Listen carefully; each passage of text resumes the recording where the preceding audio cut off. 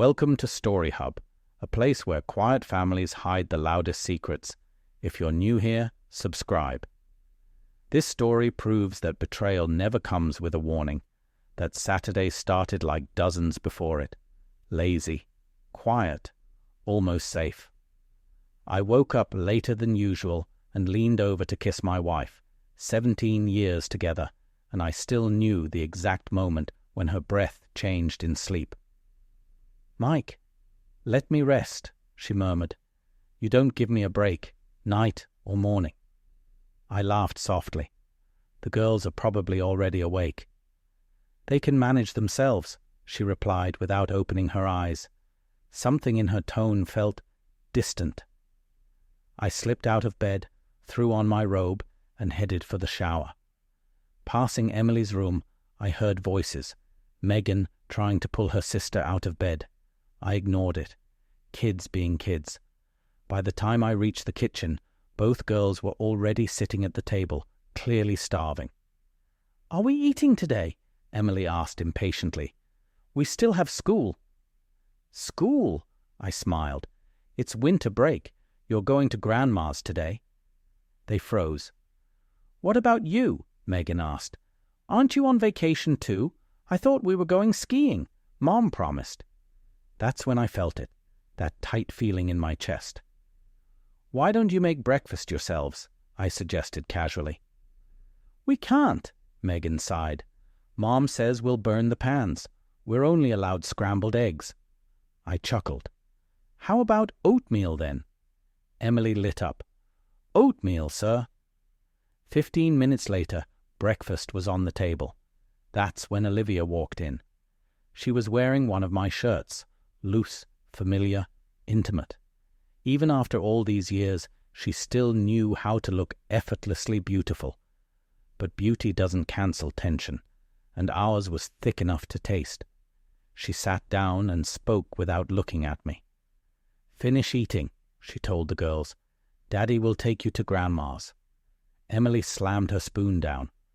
"You promised the ski trip. We packed everything. New Year's together." Olivia's voice stayed calm, too calm. "Plans change. We'll go during spring break. Or maybe Palmer.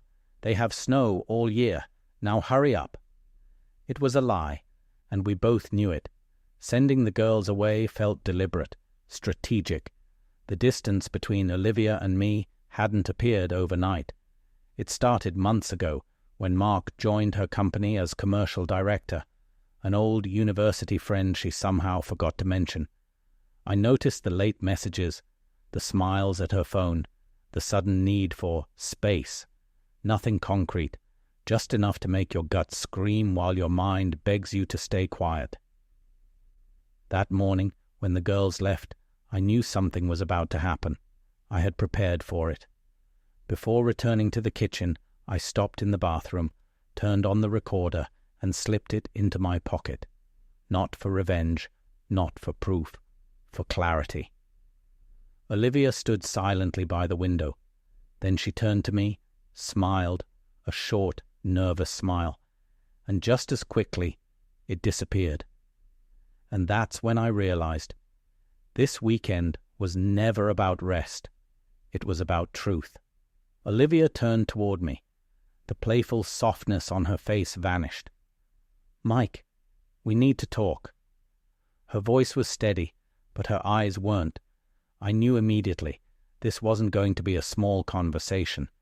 I leaned against the counter, forcing myself to stay calm. "What's wrong?" "Nothing," she said quickly. "Nothing is wrong. I love you, Mike. I've loved you for years. You're an amazing husband, an incredible father. I want to grow old with you, maybe even die on the same day." I nodded slowly. "Then what's standing in our way?" She took a breath, like she'd rehearsed this moment. "I think we need a break. Not a divorce, just space. Time to explore ourselves separately. When we come back together, we'll be stronger, wiser." "How long?" I asked. "A month? A year?" She shook her head. "Just the holiday weekend, 2 days." The room felt smaller. "So that's why the girls are going to your mom's?" I asked. Yes, everything's arranged. I stared at her. And let me guess, this brilliant sociological theory conveniently gives you permission to spend a weekend with your lover? The words sounded unreal, even to me. Her face hardened. I don't know what you're talking about, she said. Who is this lover you keep imagining? You know exactly who, I replied quietly. Mark, your new commercial director. The same Mark you had a passionate affair with in college. The one who dumped you when he got bored. And then you moved on to me. Silence. You never mentioned he'd become your boss, I continued. And don't insult me by pretending nothing will change. She crossed her arms. You're imagining things. I still love you. When I come back, I'll make you happy. This is selfish, yes, but I have my reasons. One day, you'll thank me. My patience snapped. Everything has already changed, I said. The way you look at me, the way you treat the girls, the lies, the distance. She shook her head. I love you, Mike. But how will you explain a divorce to your parents, to Emily and Megan? What will they think? Divorce? I laughed bitterly. You're right. We're not divorcing. She exhaled in relief. I am. Her eyes widened. You can't do this. I can, and I will. She stepped closer. I told you I was calling it off. No, I said coldly. You said we'd discuss it after you came back. So enjoy your free weekend. Consult with Mark. I'll be busy driving our daughters around. That's when Emily walked in. Daddy, we're ready. I'll be down in 5 minutes, I said, not looking at Olivia. I packed quickly. Laptop, backpack, keys, no goodbye. Outside, the engine hummed as it warmed up. The girls climbed in quietly. As we pulled onto the road, I glanced in the mirror. Olivia stood at the window, frozen, confused, watching her plan collapse. The car stayed silent for miles. Then Emily whispered, Daddy, Grandma's house is the other way. I smiled gently. I know, sweetheart, but you were promised a ski trip. And that's exactly where we're going. We'll figure everything out when we get there, I said, keeping my eyes on the road. There was a pause. Dad, Emily's voice trembled. Are you and Mom getting a divorce? I tightened my grip on the steering wheel. Why would you think that? We heard you arguing in the kitchen, Megan admitted softly. We're on your side. I am too, Emily added quickly. But where are we going to live? For now, we'll stay at my mom's, I replied. I'll drop you at school first so you can grab your books and clothes. But listen to me. Right now, this is a vacation. You both deserve it. They nodded, trying to believe me.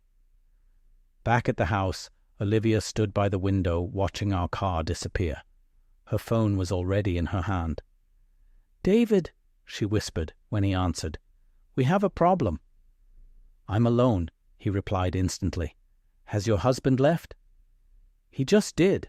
He didn't react the way we expected. He doesn't believe me. About what? About the 2-day separation we discussed. He knows about us, about college. He's talking about divorce. Silence. That's bad, David finally said. This could turn into a scandal. The office will find out. Mia will hear. I don't want a divorce, Olivia said quickly. You don't either, right? No, absolutely not. So what do we do? Tell him there's no separation. Give him time to cool down. We can't let this leak into work. He'll be back in 3 or 4 hours, Olivia said. I'm sure he'll return. Good, David replied. When he does, shut it down, completely. She ended the call feeling steadier, supported, too steady. She set the table but didn't cook, ordered takeout, bought a bottle of wine, placed 2 glasses neatly beside the corkscrew, like this was just another ordinary evening. The TV murmured in the background as she sat alone, staring at nothing. Was it worth it? She told herself it was just a fling, a moment, something unfinished from the past. When David reappeared in her life as the new commercial director, the spark surprised her. Their first private conversation had felt dangerous. "I've always liked you," he'd told her, "but I won't ruin my family. This has to stay discreet. You're married too." Logical, controlled, safe, or so they thought. They underestimated one thing: time. 4 hours passed. Mike still hadn't come home. Her phone buzzed. It was her mother. "Hi, dear," her mom said. "How are you?" "Fine," Olivia replied quickly. "Where are the girls?" "With Grandpa," her mother said. "We're having a small disagreement." "About what?" Olivia asked, her stomach tightening. "Oh, nothing serious," her mom replied casually. "Just that Mike says you lied about the ski trip, and that he's taking the girls somewhere else." Olivia's breath caught. "Somewhere else," she repeated.